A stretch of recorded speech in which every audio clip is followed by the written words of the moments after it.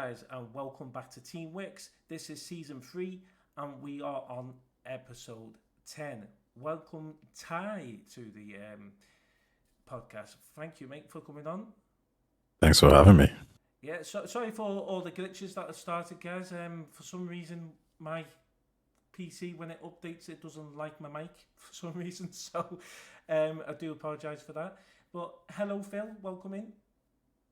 Hello. Yeah, there've been no glitches. Everyone listening and viewing, no glitches whatsoever. It's all been fine. No worries. So as we're talking about, the gaming world is just one of them big things that you got to talk about.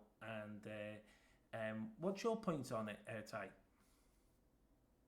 Yeah, from a talking perspective, it's gone beyond that hobby of just like, hey, let's talk about, the fun games that we have, right? I remember buying the Nintendo magazines, the Xbox ones, and it was just, hey, let's just look at, the new games that's coming out. But now it's a little bit different. Now there's the industry part of it, right? Where, you can look at it in the same sense as music or television, where now you're looking at directors' names, you're looking at, well, who's publishing this, how is the business happening, even something as simple as where did microtransactions come from, how did that develop into what it is today, DLCs, MMOs, live service games, what's happening with the AAA industry in terms of how it's maybe becoming shorter. What is Sony's strategy going forward? How does Nintendo strategize in dealing with Xbox and PlayStation? Like, I remember when Nintendo switched to the Wii, Yeah. and I was thinking to myself that I don't want this crap. I want a GameCube. I want a GameCube number two. Like, why are you giving me this Wii? Back then, you're young, you're immature, and you don't look at the business side of things. And now, even though I think a GameCube 2 would have been an amazing console because the GameCube 1 was perfect in every way, shape, or form, the GameCube 2 going against the Xbox 360 and the PS3 would have completely failed. Like, that's close enough to put them out of business. But at that time, you don't look at it that way because you look at it as from a gaming perspective, right? I'm just a consumer. But the industry has grown so large, and biggest entertainment sector right now, I think from a revenue point of view, that there is a discussion to be had about the business side of things. And that's why I think it's really interesting. And I was saying earlier that, you start off, playing the games, NES games, the Street Fighter games, the Sonic games, etc., etc. And then for me in particular, it was Mass Effect that really kind of changed the way I look at the medium, because now it's the story is just a lot more interactive. It's a lot more emotional. You're shedding tears for characters. You're falling in love with different kind of characters. You've been put into situations like the Genophage question, right? The Morning War. You learn about these rich stories and these rich characters. And once the dust settles, you're thinking back like that was such an amazing experience. I can't think of any other music or book that has given me the same level of connection. And that's when gaming became something truly special. Maybe if I think you guys even have your own stories where maybe gaming became special towards you, right? But for me, yeah, it was Mass Effect, and obviously just the way the industry has grown. It's the most interactive, takes the best elements of all the other mediums, puts it into one, and I think you get something truly special. Yeah, definitely. And you know what? I've grew up to play on all the PlayStations, because 1990 was my year where I started gaming, and it just shows you now that how much gaming has progressed since the early days. I mean, I remember, playing something like Ape Escape, and the movements and the controls of that was like it was horrible to use.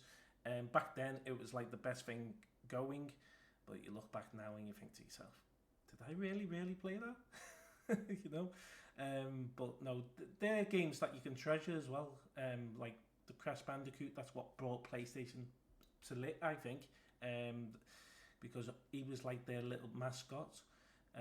But yeah, gaming is just brilliant, and it's got even better. And I think there's a long way to more to see. And yeah, what's your point, Phil? What's your point on it, mate? Yeah, I mean, so saying how like it's come like on par, even surpassed other medium like TV and books and stuff. I do agree. Based on, although like I remember back in the day playing on the older stuff, like when I've come to replay it now, I've realized how much differently I saw it at that time. So how much of my imagination was actually going into these games at the time. So like for example, Ape Escape, again, one of them games I've replayed on the PS5, and the quality is poor. The graphics are Yeah. terrible, but it's such a wonderful game and such good memories. And then even like Final Fantasy VII, like playing that on the PlayStation One in comparison to the PS5 version, the PS4 version. I do apologize. PS4 version is now what I saw that as back then playing it on the PlayStation One, and you just think, how did my mind create that? Like Yeah. from their creation, you've pictured that, and then somehow they've managed to bring it back. So then when they're doing these remakes, they're bringing back that nostalgia, but giving it a new, you know, sense of life to what you picture it as now. And then I just think it's amazing. Yeah, definitely. And would you like to ask Ty anything? Yeah. Do you have a favorite game series? I know you've mentioned Mass Effect is an interesting one, but do you have any like specific favorites? Mass Effect 2, for sure. Mass Effect 2 is great. And well, actually, no, I'll say Mass Effect 3. I think the when you get towards the Mass Effect 3 is those questions like the Jennifer's question, Mm, right? There does this unit have a soul with Legion and Tali and that, and the quarrings. Those questions stay with you. The characters stay with you. The emotional impact, the music that accommodates those themes, stays with you. But moving on from that one, I guess you could say The Witcher is a strong candidate. The Witcher 2 and The Witcher yeah, 3. I would actually say I prefer The Witcher 2 to The Witcher 3. 3 is a lot more casual focus. You know, it's funny because I have friends who played 3 and they're like, oh, it's great. And I'm like, you play The Witcher 2. It's a lot better. It's a lot harder. It's hardcore. Yeah. And, and they think like games are becoming more accommodating the casuals more and more. And I point to them like, no, no, no. Like, you guys are the casuals too, because The Witcher 3 is a very casual game in comparison to The Witcher 2, right? And yeah, so the Witcher franchise will be one of them as well. I need the ones actually. I guess there's some games here and there that I did really enjoy. That kind of stands out. BioShock is one of them. Amazing mm, title. Um, Let me see what other ones. Golden Sun on the Game Boy. That was a great one as well. Um, Xenoblade Chronicles, amazing title. I think that franchise blows me away.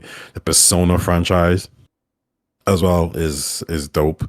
So yeah, there's a few in there, but you know that there's a current theme. Like if you're telling me a good story, and you're especially if you're letting me choose the direction of that story and the characters in that story, I'm more likely gonna love your title. Like that's just yeah. like to me, that's like what gets me going. Yeah. And you guys? Well, to be fair, I've really been into the Uncharted games and Life is Strange. Hmm. The good thing about the Uncharted game, it's like there's a story there, but you just feel like uh, you feel like you're there, and sometimes you feel like, do you know what? I wish I was in going and doing all these treasure hunters and getting stopped by these weird people that think you're not getting to the treasure and all that. But Life is Strange is well, it's a lot different, and it actually points out things in real life, which I like about it. I don't know whether you've ever played Life is Strange series, but it's absolutely fantastic. It's a great storyline to it and everything. I played for a little bit. I think I played the first one. It could have been the second one. And I love the interactiveness of it, moving around. It reminds me a lot of Detroit Become Human Yeah, and the other Mm. games from those guys. So I'm like, yeah, like Life is Strange is a game I probably could have liked a lot more if I given a chance. But I'm pretty sure I was playing something that's around that same time, and the story didn't grab me enough straight away for me to invest more time in it. Because right now, I think the biggest problem in the industry is there's just too many games. There's just too many good games, that you don't even have time to even like, you have this decision paralysis where it's like, oh, there's 10 games. Like I haven't played Kingdom Come Deliverance 2. I haven't played the Persona remake games yet. I haven't played Split Fiction. I haven't played Baldur's Gate 3. I haven't played Elden Ring, then you got Death Stranding. It's like when does it stop? When do all these titles stop? So Life is Strange probably got pushed to the side because of something else. And even the Altars, as much as I'm enjoying that game, Yeah. I turn it off a little bit, go do something else, and then bam, a new game drops. It's like, oh, do I purchase this one now and just put the others on pause? That's going So it's on. this constant cycle. Well, that's going on to James is the another thing. worst for that. I was just gonna Hmm. You say. are the worst for it. just gonna say we'll get a game and we'll start playing it, and I'm thinking this is fantastic. This a new game comes around the corner, and I go, should we go on that? Because what we do game share, so we go half each on what we're paying towards it, Hmm. and we end up getting more than two games sometimes, don't we? Because it's only costing us half the Yeah, price of the definitely. game. So it'd be like complete. He would be constantly on that game we just bought, previous, and he'll complete that. Which me, I will go on to the newer game that we bought, and I'm always like 60% through, and I never complete a game, or I never played them. Like I've got Elden Ring. I bought Elden Ring because it was on offer. I still haven't played that yet. So, where, like you say, where does it stop? Because there's that many really good games coming out, isn't it? Yeah, and 2023 was great. It was a great year for gaming. 2024, great year as well. Not as many AAA, but Stellar Blade, those kind of games. Black Myth Wukong, they kind of took up that space. And in 2025 as well, we've had, Clear Obscure, we've had The Altars, we've had Monster Hunter, Kingdom Come Deliverance 2, Split Fiction. We have Avowed, Assassin's Creed Shadows.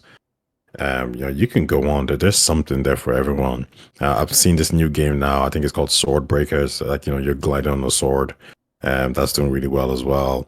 Um, yeah, things are going great. Like there's a lot, and I think what's also really important as well is to underscore the access argument because when I was a kid, you know, games were quite limited on how you could play them. But now you have these really good free to play games. You have these Mm. everlasting games that, it just gets updates and updates. Whether that be a multiplayer game, if that be Genshin Impact on your mobile phone.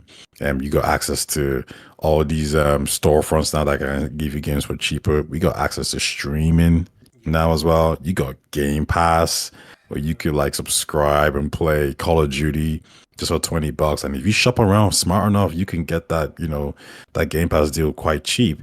Um, there's, there's a lot more games to play and there's a lot more access to these games. So yeah, this is the real first world problem right here. Just having to decide, which game to play and, having so much money. Well, not so much money, but having games being so cheap that you could just get as many as you want these days.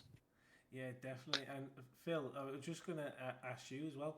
Um, see, Phil's one of these where he completes the game and then goes back Mm. through it and gets the platinum for it. So, how many platinums are you Ah. standing on right now? As of this week, I think I'm on 114 now.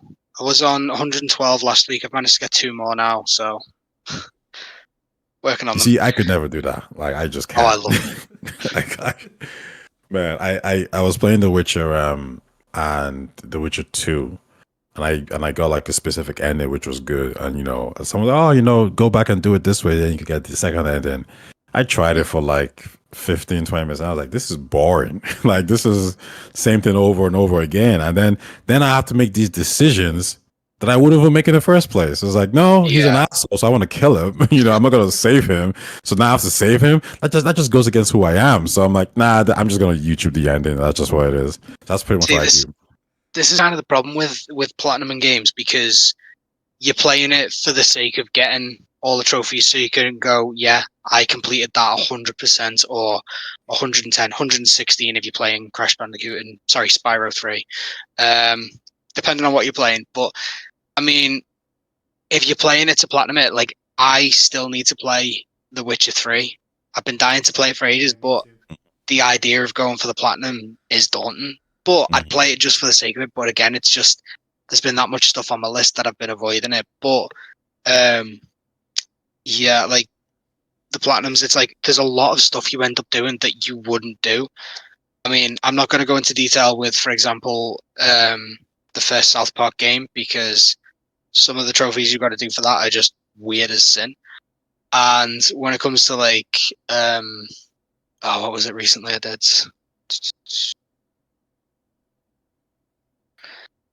Sorry, Hogwarts Legacy. So one of the trophies, obviously, you've got to use all the spells, and that being obviously your dark spells as well. And I'm like, I have a moral compass. I'm a good boy. I don't want to be killing people. There you go.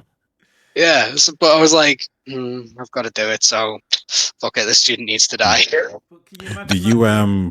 But Go on, mate. do you focus on the, like, for example, if someone gave you a chance, or if you found like there's like a glitch or something like that to get to do some of these tasks like faster or easier, would you do that, or would you just play it normally still? okay, so I have on one occasion, and it depends on the thing. So, um, yeah, pretty much I play the game throughout its entirety, complete it, and then go back through and do the platinums.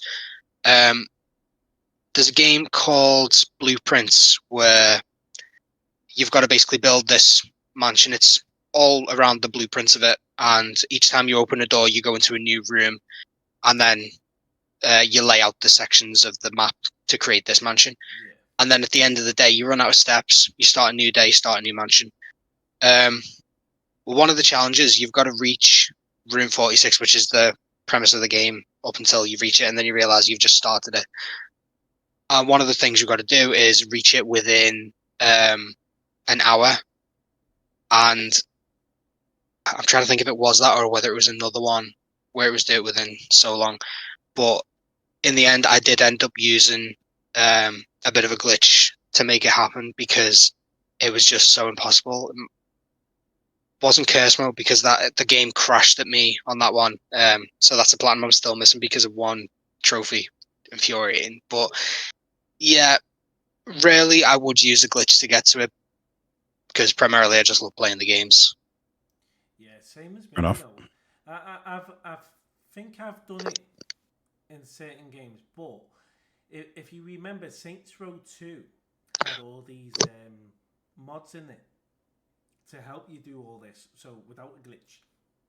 And if you go back to Saints Row 2 now on the PlayStation 5, because you can actually play it through streaming, and believe it or not, the mods still work.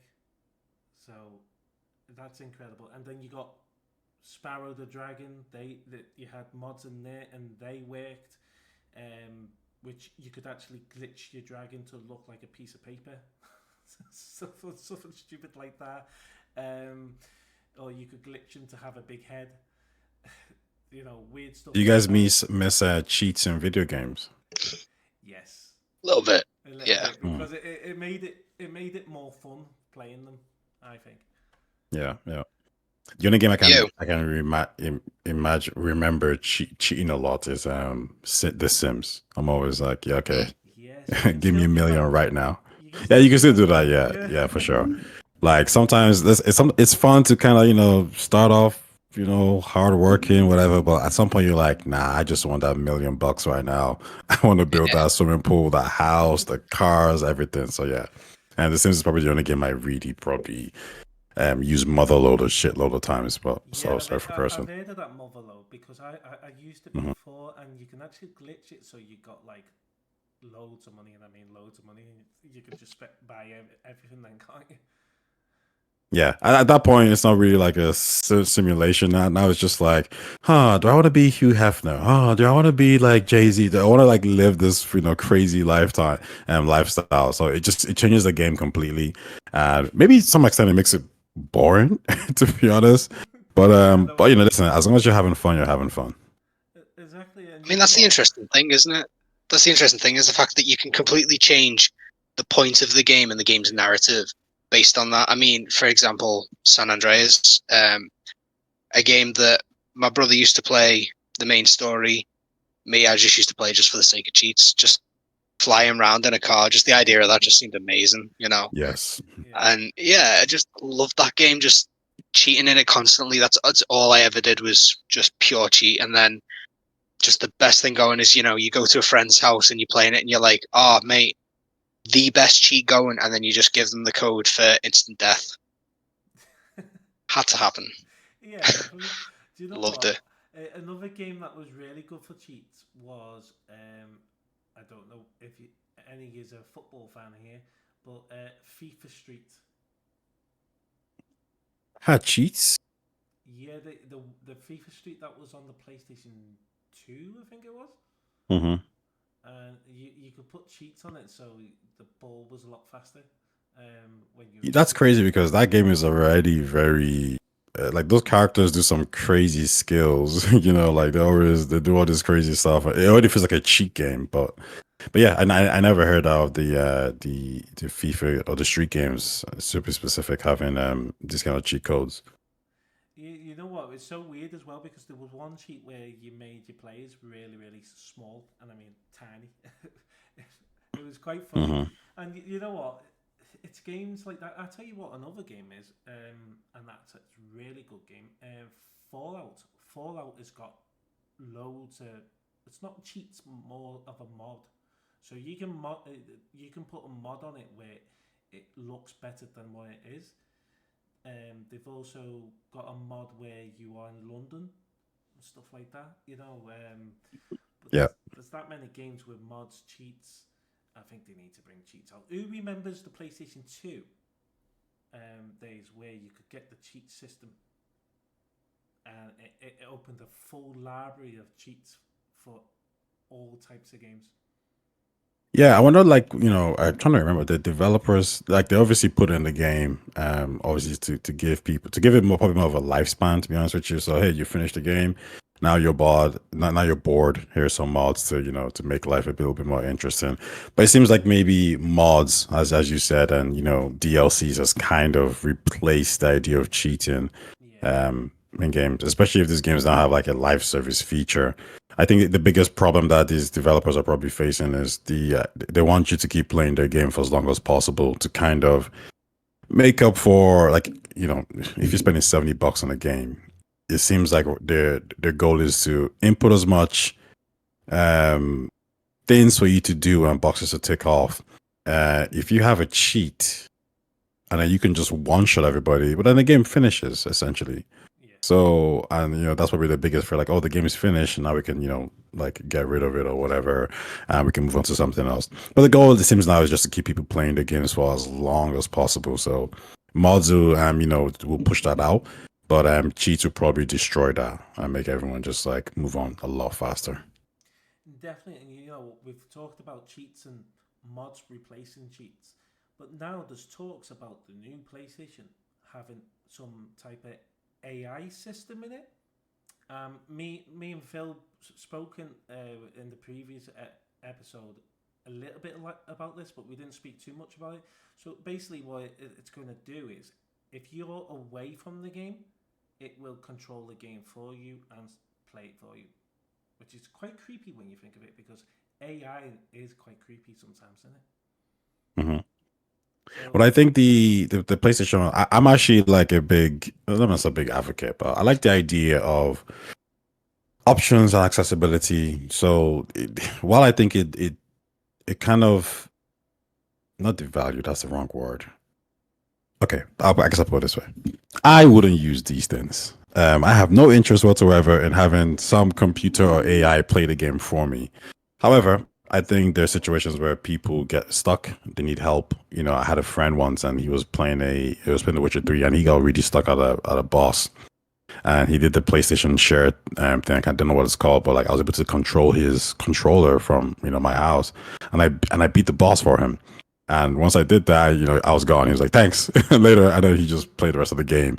So I think if like we didn't have an issue with that, so would it be a problem if AI can can help you. And now we're even seeing situations where it's not even just AI. You have developed like I think Kojima literally took out the for Death Stranding 2, he took out the boss option. So hey, you don't want to play a boss, you think it's too hard, just press this button right here and you just get the cutscene. So we're already seeing these kind of things happen. And AI is just probably the next step in making it easier for people. But no, I would not be using this. What I will I could I ever use it in a situation like to some extent we've used it we're using it a little bit. So for example, when you're playing, to a small extent, right, when you're playing a game in an open world Yeah. and you get lost and you press up on that D-pad and then some arrow guides you towards like this is where you go, or when you press hold down X or A or whatever console you're playing, and your horse starts to follow the direction that you want it to go in, so it goes directly to Novigrad. That is basically AI as well, right? When you're playing games and you have your comrades following you around, maybe in Gears of War, in Call of Duty, and they're moving by their own accord, and that's not you telling them go here, do this, do that. They're just smart enough to do it. That is AI as well. So I just think it's a natural progression, albeit a strange one, as you said, because it's actually controlling your character as opposed to helping. But yeah, I'm interested to see how AI is implemented into the next generation of game consoles, especially when I consider the fact that it should in theory make gaming development a lot cheaper, which means, and it should allow like people like us even to start to maybe dabble into making games ourselves. And that doesn't mean the games will be great, but it does mean that you're going to get more options, more opportunity, more accessibility. Because I remember, like, I was a kid, I was like, how do you make games? And now there's this thing called Unreal Engine that you can just download on your PC and boom, you can start right now. Like, it's that simple. Like, obviously, it's complicated, it's harder. You have to put in work and effort. But the fact that, like, you could put up Unreal Engine right now, and in 4 years' time, you have a game good to go. That's crazy to me. You by yourself, So I love technology being involved in games, and I love the improvements, and I'm always looking forward to seeing what next we do with it. You know what you're talking about, making your own games, and then you've got Epic Games, and they allow you to do it through Unreal Engine. Um, I've tried to go on Unreal Engine before just to see what it's like, but let's just say your CPU goes very high on that engine. So make sure you have a really good CPU, or otherwise it's going to overheat.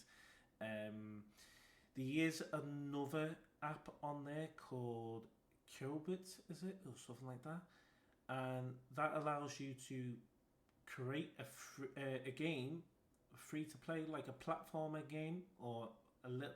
I think you can do a little bit more to that, and then once you've finished it, you can publish it straight to what console you want, and people can start playing it straight away, which I think is absolutely amazing because um, how would you do it? I've always wanted to make my own game, but I just know I can't. So, but it would be nice, very nice. What's the name of that app?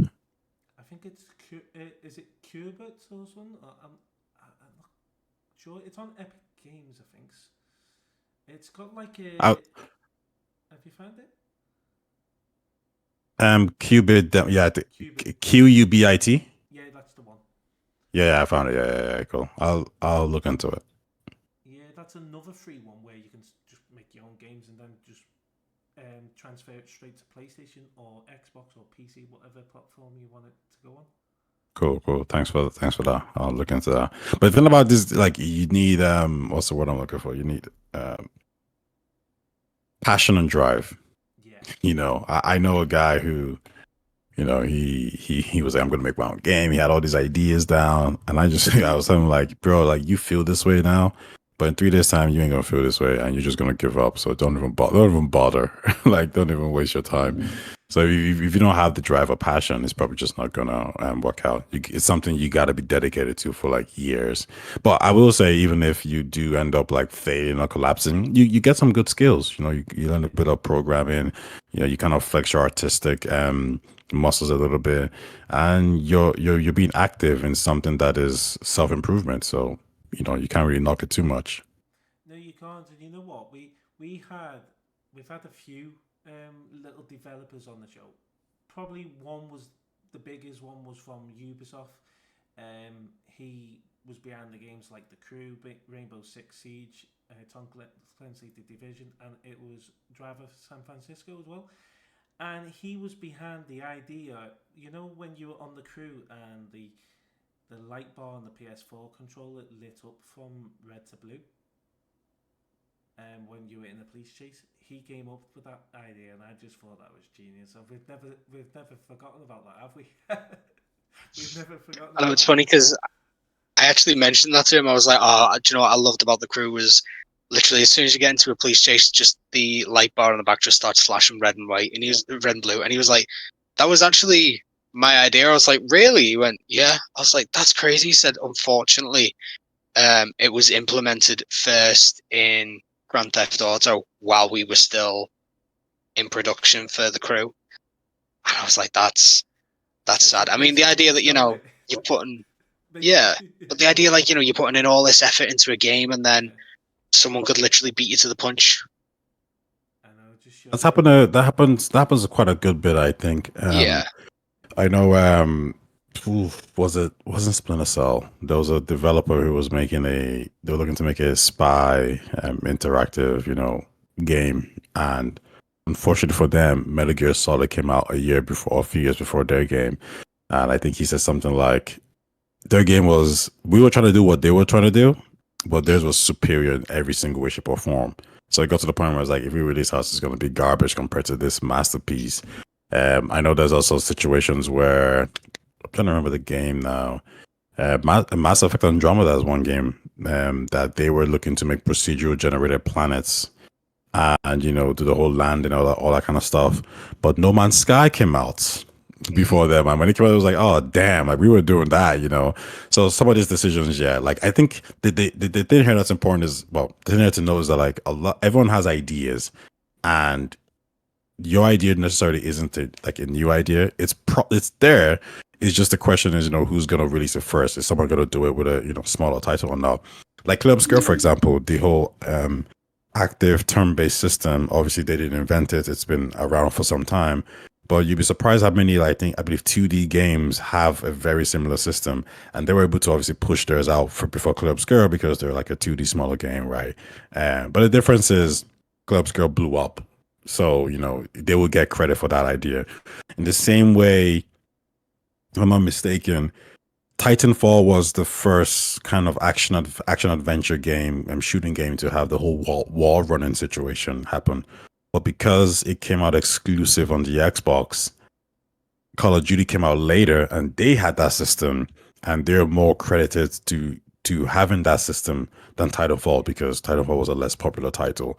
So yeah, it definitely does happen, and I wouldn't be surprised if there's many stories of people having great ideas and in the process of making it, and then boom, another game comes out and takes their shine. And do you know what? I actually remember that when the first Titanfall came out, and obviously it was roughly around the time COD came out, and the fact that they had that idea, but then someone already had that idea, that must have been a bit hard for them because where do you go from them? I mean, obviously they brought it out, but it's one of them, isn't it? I think they brought it out a little bit later in the end, but I remember. Well, so go on. I was just going to say. No. Go ahead. I remember when Titanfall 2 came out, and then it became a PlayStation game as well. Which, when it came to PlayStation, me and him were like, "Do you know what? We've got to get this." So we constantly spent hours and hours on that game because, like you say, the wall jumping was just fantastic, and we used to use it a lot, didn't we? Yeah. But something here is also the accessibility that really plays a big role, right? Similar to like Call of Duty, because like think of Sea of Thieves, for example, right? That's an example of a game that it's pirate focus, boats, Sea of Thieves, that kind of stuff, and it's exclusive to Xbox and PC. It doesn't matter if you have the idea first. If Nintendo players and PlayStation players can't access it, then it's irrelevant. They don't care. So then when somebody comes out and takes that idea and puts it on the PlayStation, well, then that's a problem for you because now they're going to get that credit of being that game, that niche that you thought you had. That's why obviously this breakdown of boundaries of exclusive titles isn't this, it's actually a good thing. Even thinking about I'll give an example, Horizon, the multiplayer game that's been rumored, and you see Tencent is making their own version, and I'm thinking straight away that like Horizon is actually a really good game from an MMO perspective, and if Sony makes that exclusive to the PlayStation, well, Tencent's having a W right there because they're gonna just make the same game, except they're gonna put it on PC, Switch, and Xbox. And that's market share that you're just going to lose right there, all because you chose to keep that game as an exclusive. And as far as the casual audience is concerned, well, they don't really care if Sony did it first or not. I can't purchase it, so it's completely irrelevant. Whatever I can purchase first and whatever I see first, they get the credit, and that's it. You know what that happened to, like you say, Sea of Thieves. Sea of Thieves is now on the PlayStation, so it's no longer Xbox exclusives. Um, Crash Bandicoot is no longer a PlayStation game, which I think was sad. Hopefully, they do bring the games still to the console, and no Xbox have partnership up with our vision, is it? Um, but it's just a shame that was PlayStation, and obviously someone's took that off them now. But also, what other game was the same? Yeah, you were saying Horizon. Fantastic game on the Xbox. I used to play it with my brother because it was on Game Pass. But then it's coming out to the PlayStation now, I believe, isn't it? Mhm. Yeah, it is indeed. So games are slowly no longer being exclusives anymore, which Yeah, it seems like what's been happening here is that the market has grown. So it seems like there was this expectation that the console market was going to keep growing and growing and growing, yeah, and that has now petered off. So everybody knows who the players are. They know who the PlayStation guys are, the Xbox guys, and the Nintendo guys are, and exclusives don't seem to matter as much simply because it's going to be hard to get somebody to buy your console. That's not to say they're not important. They're a factor, but they're not the only factor here. And if you want to take console market share from your rival, well, you need them to botch up. You need them to really mess up. Number one, and you need your games to be exceedingly be special. And you need to do that for probably like 2 generations to take a significant enough market share. The problem there is you're still fighting for the same pie. And at that point, it's just too risky for everyone. So let's just, let's just expand towards PC. Let's expand towards the Nintendo Switch. Let's start putting our games in different places so we can now start making more money. Because the goal is never to beat somebody in some kind of console war. The goal is to make as much money as possible. And when Xbox was trying to buy Activision Blizzard, I could see a very clear situation where the shareholders of Microsoft are looking at this saying, wait, why is Activision Blizzard costing 70 billion? Like what did they do yeah, to get that valuation? And the answer is the games are everywhere. They don't put the games only on one platform. And then in Microsoft's mind, it's like, well, why don't we just do that? Why don't we just do that and make way more money? And that's why you see, Xbox doing that now a lot more. But even Sony as well, you've seen them putting Helldivers 2 on Xbox, and you're gonna see like you're gonna see way more titles there, because there's no real game that PlayStation can drop on Xbox that's gonna really cause some kind of significant market share. Now it's all about making money. It's all about getting those profit margins up. It's also why you see the consoles prices kind of going up, and you see that these manufacturers now, they're not willing to take a hit on these consoles. Like back in the days when PlayStation 1 came out, Sony was willing to take hundreds of a hit just to get those devices out there. Now they're not. Like the next PlayStation is probably going to be sold at cost, so a break even point or even a profit margin. And Nintendo realized this very early on after the GameCube. They said we're not going to sell consoles at a loss anymore. Like this is a dumb strategy. So consoles ain't as important. Sorry, not consoles. Exclusives ain't as important anymore. The market is very mature now. Sony knows the kind of player you are, and so does Nintendo. They know how to get you to buy their games, and they also know that there's a lot of gamers out there who aren't willing to shift to a different platform or a different console. And if those players ain't willing to shift, then you have to just go to where they are. Especially as I say, Gen Z or the younger generations, they're more interested in just the games. The game is the platform itself, not the device. The device is completely irrelevant to them. They will happily play Roblox on any device, but Roblox is the platform. Assassin's Creed Shadows is like the game that they want to play. So where that is, like they'll go to where Assassin's Creed Shadows is, they won't necessarily go to it because for them it's, well, if you're not on my device, it doesn't make sense to me.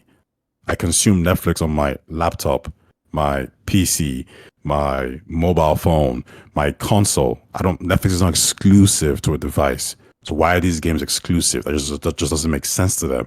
And when you think about it, from a deconstruction point of view, it does make sense. Why are these games closed off behind these devices? It's just, yeah, it's a very kind of archaic way of doing things. But yeah, we'll see what the future holds. I mean, looking into the past of it, you can understand the fear of, okay, well, we have this game is ours. If we then send it out to another platform, is that going to potentially make other players go there because they can get the games that Xbox have and our games as well, and then Xbox being the same way? But over the years, I do think you are right that it has got to a point now where people are just like, well, I am a PlayStation gamer. That's who I am. You know what I mean? I'm not an Xbox gamer. I'm not a PC gamer. I play on the PlayStation. So you do get people who are, solely like linked to one brand. And I do think if they do just release all games to all systems, kind of thing, whether it's able to run it, I do think they won't lose gamers from one console to another. I do think it is quite clever at the minute where they are releasing it like maybe a year or two later. So then it's like, well, if you do really want to be the first person to play it, because a lot of people's like, the day that it comes out, I have to play it. I need to be the one playing it right there and then. So then if they do really want that, they are the kind of people who would be willing to go, yeah, I'm going to go spend another £700 on a PlayStation. I'm going to go spend another £650 on an Xbox, whatever. So I don't think it really would make too much of a difference anymore. Maybe years ago, probably, but not so much now. But it is what it is, isn't it? Yeah, and Yeah, no, I completely agree. do you know what as well though? You have to remember as well. Most games now are cross-play as well, so Mm. that in itself, if you can play your friends on the same game on a different console, there's no point switching to another console, is there? There's just not, because you can play that game anyway. So like it used to be where everyone was like, "Oh, I can't go on that game because it's not crossplay or it's not on this console."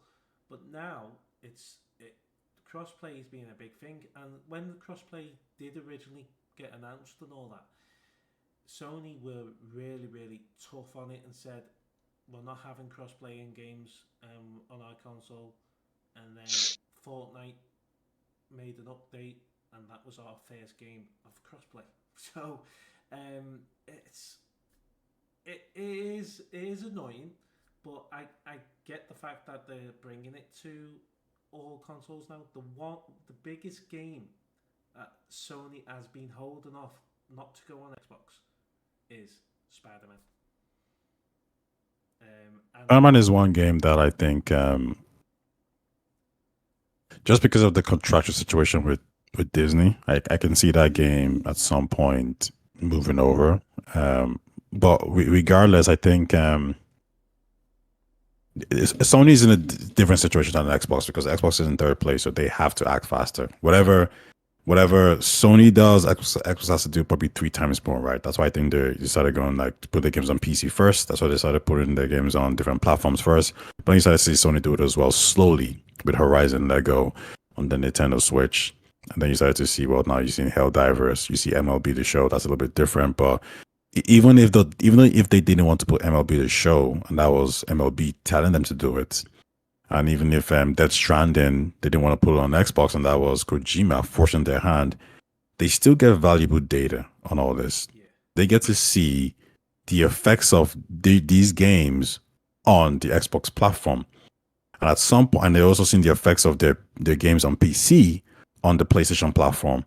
So the more data they have, the harder it becomes to justify keeping the same approach.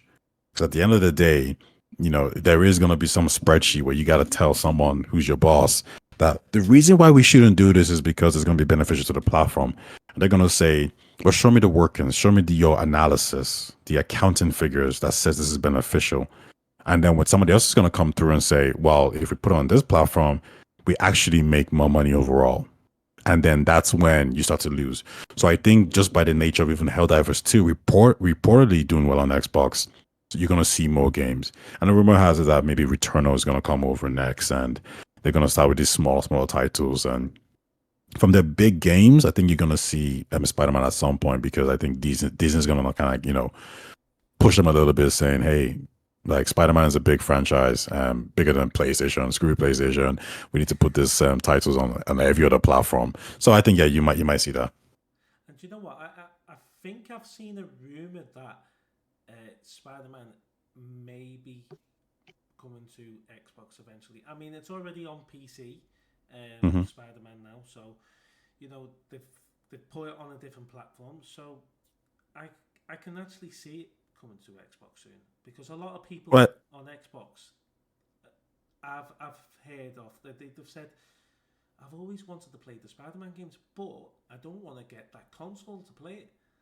I've always wished it to come onto Xbox. Well, eventually that probably will happen. Yeah, by default, it's probably going to be on Xbox, but it's going to be on Xbox via Steam, right? So the rumor is that the next console is a hybrid console. You don't agree? Yes, I've heard of that. That Steam's Mhm. going to be on Xbox. I reckon Steam should be on all consoles, because I think it'll open it more. It'll help. Well, it's definitely going to help Xbox, because Xbox is going to have one of these devices now that's going to play every single game that you have. So, and don't forget, consoles are becoming like a PC now, like a mini PC. The stuff that they put in it, like the CPUs and the graphic cards. I mean, just look at the PS5 and the Xbox Series X, for example. How powerful they are for a console. They're quite powerful, aren't they? They're really powerful. So, I can see Steam being a good choice for Xbox. I really do, because I just think that it'll benefit Xbox and Microsoft for sure. Yeah, I think there's a lot of nuances there as to the pros and cons, why it's happening. Because a lot of people say like, "Yo, how do you make money if Steam is on your platform? Going to take your consumers?" But one, I don't think they're going to really necessarily take all the consumers, because there's the tyranny of default, right? Where you just put on the box and whatever is there, you just use it. And so that's one. Two, I think Microsoft or Xbox is looking to really improve their OS. So I think that's going to be able to keep players in. I think Game Pass is going to be a huge factor in keeping players within that ecosystem. And you're going to just give crazy deals out there. But I think the way to look at this is Xbox is coming from a losing console position where, if I put this to you this way, if the Xbox Series X2, the sequel to the ones we have right now, if they came out, would they sell more or less than the Xbox Series X and S? And my answer would be it will sell way less, because now people know that all the Xbox games are on PlayStation and on all platforms. So I think you're gonna lose those users who are buying it for exclusives. Now you're gonna retain the guys who are who love the ecosystem, who has all their back catalog for sure. But there's gonna be a lot of people like me who's gonna say, well, I mean, consoles are expensive, bro. I can't be buying multiple ones out there. So people like me are gonna move to the PlayStation 6 instead, because that's gonna have everything, right? But if you're Xbox and you tell me that no, we're gonna put Steam on our ecosystem and GOG and Epic, so you can shop around now and you can get access to these PlayStation games via Steam. Well, now I'm gonna buy a console, because now I think your console has a very good value proposition for me. So yeah, because I'm getting Game Pass and I'm getting these Steam God of War, Spider-Man games. And the question for Sony then is, well, if the Xbox players can access these games via Steam and they're giving Steam that cut, well, why not just put it on Xbox anyway if they can get it? Yeah, You know, but why would you prefer me to buy it on Steam and Steam gives you that 30, you have to give 30% to Steam, whereas apparently with Xbox is with not Xbox with the Xbox PCs revenue share, it's 88-22. So now you're actually making more money. So just sell it to me directly. You make more money, boom, you're happy. You sell it to me via Steam, it's less money. yeah, it is because, like you say, it's coming from another platform. So, um, yeah, it'll just be ideal for Sony to say, look, right, our games are coming, all our games are coming to Xbox, and they'll earn more. Like you say, they'll get more money because the game's getting bought over again, but on a different platform. Um, and yeah, they'll make more money that way. But Sony have always been, they've always been, let's just say, stumbled when it comes to um, letting other companies use their games or their software, and even the customer service is not that great, is it, Phil? Let's just say. No comments. But yeah, we had a bit of issues though because we obviously setting game share on the PS5 was a little bit more difficult than the PS4, but then we rang them up, didn't we? And it was just terrible, wasn't it, mate? Yeah, it was awkward as hell. I mean, when it comes to like Steam coming to Xbox, I do think it is a genius idea. I don't know whether I can say they'll make more money. I mean, Xbox will definitely end up getting a lot more users. Um, but obviously, I do think people will buy more games through Steam rather than through the Xbox. They'll still buy games through the Xbox as well.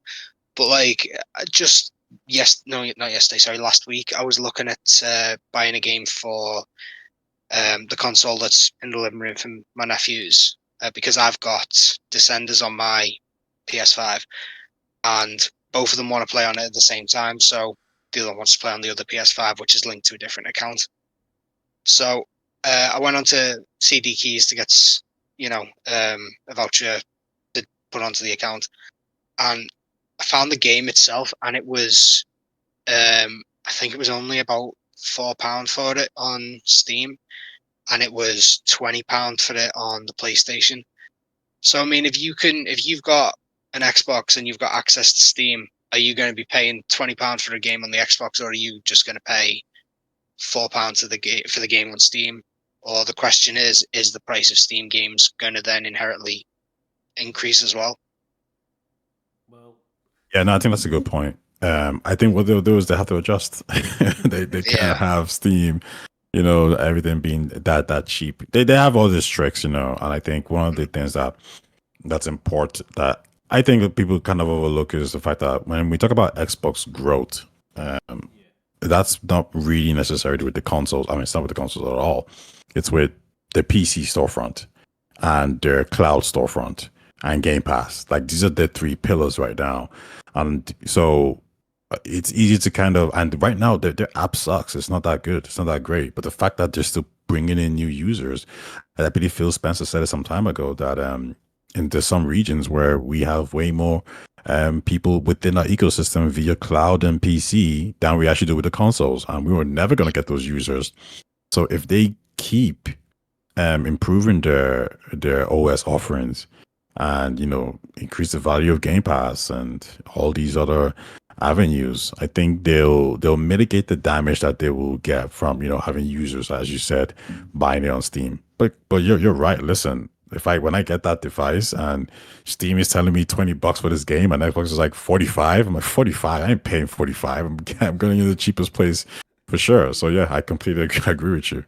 do you know what? I totally agree as well. And the fact is, Steam, when it comes to Steam and the games have always been like £10 cheaper or something like that. I remember when Hogwarts Legacy came out on the consoles, it was about, I think it was almost £80.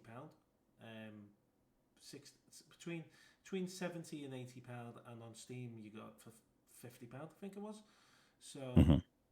that is a good thing about Steam. The only thing is, I remember that specific example. Yeah, I remember because my friend bought it on PC and he told me how much he got it for, and I was like, "What? Why? Like, why is what's the difference?" And I just put down to like PC gamers are very I think that they're a lot more harder to please and they're more rebellious. yeah, And if you charge them, they'll literally turn around and be like, "Okay, I'm gonna pirate your game now because I hate you for like." They're a lot more. Yeah, you gotta be a lot more careful with them. I think that's probably why. Whereas console gamers, they're probably easier to I don't know to take the piss out of. I imagine. yeah, I think so. And I mean, let's be honest as well. It's a lot easier. Not that I'm recommending it because I'm not, but it's a lot easier to pirate games on a PC than it is on a console now. I mean, years ago, very different, but nowadays, yeah, a bit more of a struggle. Yeah, and you know Yeah, what? for sure. Like the PC guys I know, like they like I remember I was talking to one guy, Yeah, and this was before Tears of the Kingdom came out, and he was like, "Yeah, it's an okay game," and I was like, "Something out here, mate. Like you can't say that." And he was like, "No, I've played it." I was like, "No, you haven't." And he's like, "Yes, on PC." Dot dot dot. And I was like, "Oh, damn." Like really, like before it launches, you already play. And he's like, "Do you want a link?" I was like, "No, I don't want a freaking link." Like, yeah, PC gamers are different. You can't take the piss out of them. They'll ruin you for sure. yeah, they definitely would. You know what I found really good about PC gaming as well. Like, say a game is kept to 60 FPS at 4K, but you can't change the shadows or anything on consoles. When it comes to PC with that game, you can like scale it to the max, and it's like, wow, it's right in your eyes, and you think to yourself, this is actually a lot better in console, because you can upgrade the graphics without any charge. It's literally in the settings of the game on PC, which I absolutely love. For example, Red Dead Dimension 2. On console, it's kept at a certain thing. You can't even change the graphics much on it. Comes to PC, you could just like make it look crystal clear, can't you? Basically, and that's what PC's better in that sense. But because console has been a lot cheaper, people have been buying consoles. But now that consoles are slowly becoming like a gaming PC, eventually you're going to see a console that's going to cost over £1,000. I can see it one day. I can see it. Well, yeah. No, it will. Yeah, no, these. But I think what we're gonna see, that is my speculation, is that we're gonna see all these different devices. We already know we're seeing it with Xbox, right? They're including OEMs into their lineup. So you're gonna see a console from Asus. You're gonna see one from Lenovo, and they're gonna be running the Xbox OS, the new OS, and then you're also gonna see them run the Steam OS as well because it's just gonna be a straight port. And because of that, you're gonna see different variations of consoles. So you're gonna see different their version of a Series S. And we already know that PlayStation is working on the PlayStation Portable for the PlayStation 6. And that's going to be a lower tier device. So already this is already happening. I imagine we're going to see high end consoles and we'll see low end consoles and they'll be sold at cost. So they'll make a profit. It's not like a loss making system. But yeah, I agree with you. We're gonna see consoles worth like in the 1,000 region, 900, etc., etc. But I do think we'll still see cheap enough consoles because there's gonna be those individuals who they're not gonna spend 1,000 on a console. Like I know, just even from firsthand, my own subjective experience, that there were people who were refusing outright to buy an Xbox or a PS5 for $500. They was like, that's not gonna happen. But I was like, yo, there's this thing called a Series S. It's cheaper. It's next gen. You can get your games, your FIFAs, your NFL, Madden, whatever, NBA 2K, and boom, they bought it. They were like, "Hey, perfect. This is exactly what I need." So I think you're gonna see a budget sized console at some point. Yeah, definitely. And do you know what? I heard rumors about when the PS6 comes out that the handheld console that they're bringing out is going to be alongside it. Now, I don't know whether they're going to be doing that as a bundle, which obviously would cost a little bit more, but then you got the best of both worlds then. But I've also heard rumors that the handheld console is going to have AMD on it, which if if you've heard of M sorry AMD, it is powerful. Um, would it work? How would it work on a? It'll be a very tiny chip on a handheld console, wouldn't it? You asking me or you asking Asking anyone that wants to answer. Yeah, Oh, well, my impression was it was gonna be just a PS5 basically, just in handheld form. If you look at the consoles, like the PC consoles are right now, the ROG Ally X, yeah, you can get pretty good performances of these devices. So I think what Sony's gonna do here is they're just gonna make a I guess you could call it a Series S model, except in handheld form, yeah, for their next gen devices. And because they'll do that, they'll be able to target the handheld space. The developers will have to make multiple SKUs, so they'll make a PS handheld 6 version, and they'll make a PS 6 console version. Could it cause problems in terms of development? Not really. I think if you optimize it well enough, you'll be able to sort it out. Especially when you look at this gen, like you look how many cross-gen games we have with the PS5 and the PS4. Hogwarts Legacy was an exclusive to the PS5, as to the next-gen consoles for a little bit. But did that game really have to be exclusive? Like I don't really see anything that's crazy tasking in that game. You just gotta optimize it a lot well, change a few things here and there, and boom. They even saw a Switch port, right? So there you go. And then we even with the Switch 2, we're seeing Cyberpunk 2077 come out on it. And listen, it's impressive. Like I didn't expect Nintendo to be able to pull that kind of off. I'm not saying it's an amazing game, but it's even more impressive when you consider the fact that like that's the first port. Like what happens 4 years in? How does that game look? So I think just the same way we had a lot of cross-gen games this year, and like we're in 2025 and we're still getting some cross-gen games, right? For the PS6 and the Xbox Series X2, I think we're going to get cross-gen games as well. I think that by its nature is going to help the Switch 2, and it's going to help the PS6 handheld and any other device that's in between. And Microsoft is already dispelling of this idea of console generations because it doesn't really exist anymore. Like the PC's never really had a console generation like that. And I think the console one is starting to get eradicated when we see less and less graphical jumps happening. Um, Metaphor played it, loved it on the Series X, and I'm thinking to myself like, what did that game do that the PS4 couldn't do? Like what, or the Xbox One? Like the game isn't, it's not tasking, it's not nothing special. And now we're seeing rumors that the Starfield is coming out on the Nintendo Switch 2 as well. So like, listen, you optimize, you can probably get a lot done. So yeah, I agree with you. The handhelds will be fine. They'll be weaker, but if you're playing a game on a handheld, like you shouldn't really be expecting console or PC like experiences in the first place. Like, and you don't really need to, because I think the handheld, the fact that the screen is small, it's portable, these are the form factors in it. So, it's all good. yeah, definitely. And do you know what they said that it's going to be compatible with PS5 games. So that in Yeah. itself, in a handheld console, and the PS5 games are really powerful as they are now. Um, but to have that in it, a handheld console, it will be a really good handheld console. I think definitely.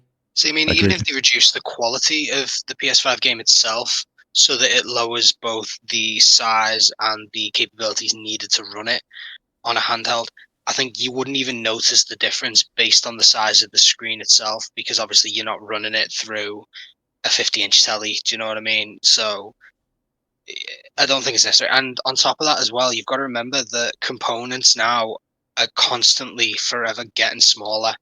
Like you look at when they first released the PS5, and then you look at, was it 2 years after when they released the Pro, 2 3 years, something like that. 3 years ago, And the size was about half as small and weighed a fraction of what the PS5 weighed. I know, yeah. I could be wrong about the years, but the size weight is definitely smaller. Yeah, definitely. You know what? It's when you think of it, isn't it? It's just weird, and you look at the Nintendo Switch 2 now, and that's slightly bigger than the original Nintendo. Um, but also they've managed to fix the issue with the Joy Cons, so um, hopefully there's no stiff drift or anything like that. But how bad was stiff drift on the Nintendo Switch? It was pretty poor.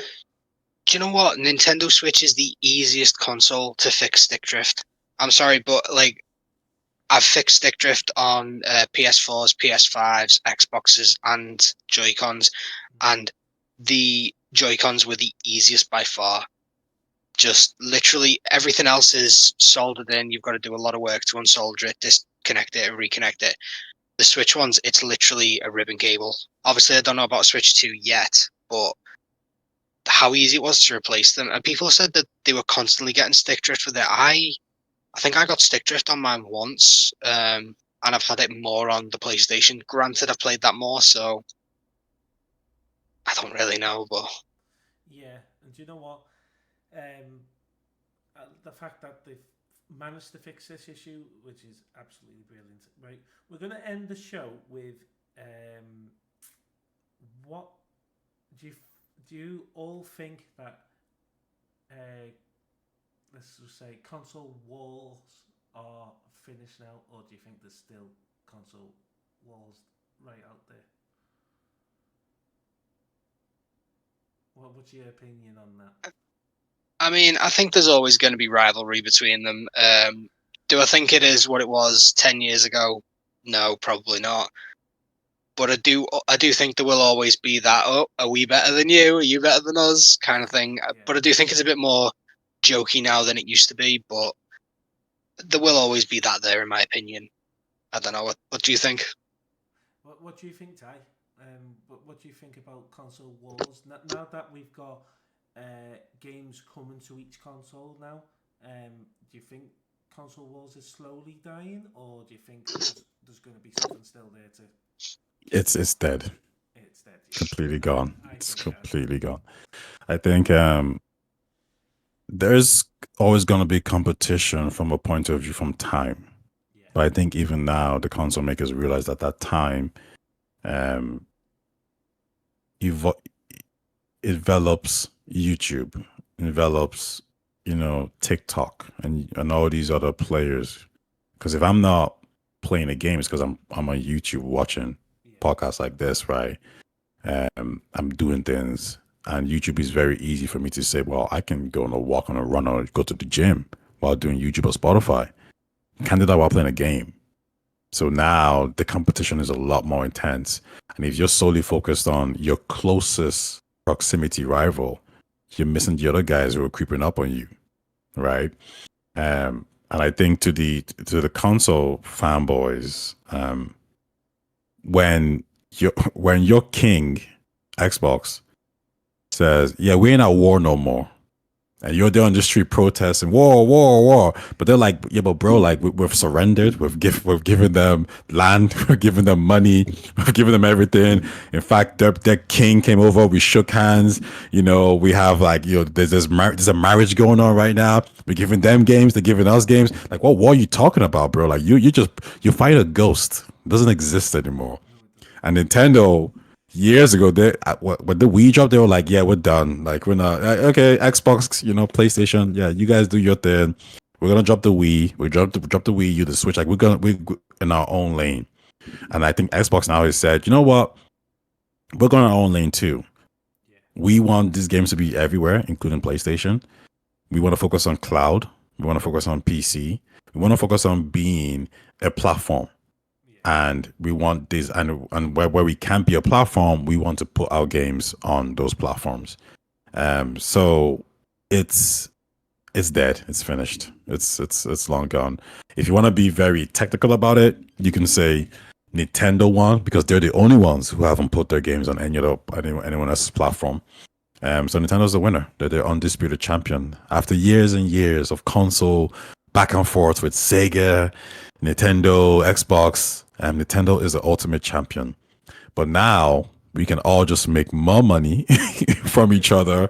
Yeah. And that's the end goal because our shareholders don't care about no imaginary console wars. They care about profit margins. And as far as they're concerned, um, Helldivers 2 going on Xbox, it was good for Helldivers and it brings more money in. MLB being on multiple platforms brings more money in. And you can't argue with the euro. That's just what it is. Definitely. You know, you're talking about Nintendo of one in that sense. Didn't Sonic come to the PlayStation and Xbox? Yeah, yeah. Sega as well too. They like this is they bowed out. If you want to look at Sega's financials, I mean they're making a lot of money these days. They're doing well as a third party publisher, and I think this is where everyone is seeing that. Hey, if you just put your games everywhere, like what are the biggest games? It's all primarily third party games. Not third party games, but games that are on every platform. Yeah, The Minecraft, the GTA's, the Fortnite. Every single time you look at the most played games in Europe and most played games in the United States, it's always these games that are on every platform. Um, Gatekeeping your games behind some arbitrary, imaginary console war line that is a figment of someone's imagination, which at the time made sense to sell the consoles. But as soon as you find out that these consoles can't reach any further, like this is the cap on those devices, yeah, and these are the user base, and it's not going to grow anymore, well, then now it's done. Now it's okay. Okay, we're finished now. We know exactly, how many users we have in this industry. How about those PC guys now? How about those mobile phone guys now? How about those guys on the PlayStation side of things, on the Nintendo side of things? And that's what we're seeing. yeah. You know what? Brilliant point there. You know what? It's been fantastic talking to you, Di. Honestly, thank you for coming on. It's been a pleasure. It's been amazing chat, hasn't it, Phil? Absolutely. I honestly feel like I've been educated just I have been talking along educated. with this. It's I've been been amazing. educated 3 times tonight because What there's the? some things there. Like we've had quite a few guests on the show, and there's always a different point. That there's a different way around it, and that's what we love about having a guest on the show because you you hear it different from everyone, and hearing your point about it, and we've definitely been educated by the way because the way you put it, it was like, wow, I didn't think of it that way, but yeah, it's absolutely brilliant, mate. Thank you for coming on the show. Hey, thanks for having me, guys. It's been a pleasure and a great conversation. Not a problem, mate. You take care, and Phil, you take care as well, mate. Thank you for being a brilliant co-host like always. And thank you, Terry, for being a fantastic guest, and you definitely educated us too, us too, definitely. But thank you for coming on, mate, and we'll hopefully catch you again soon. Look after yourself. Take care.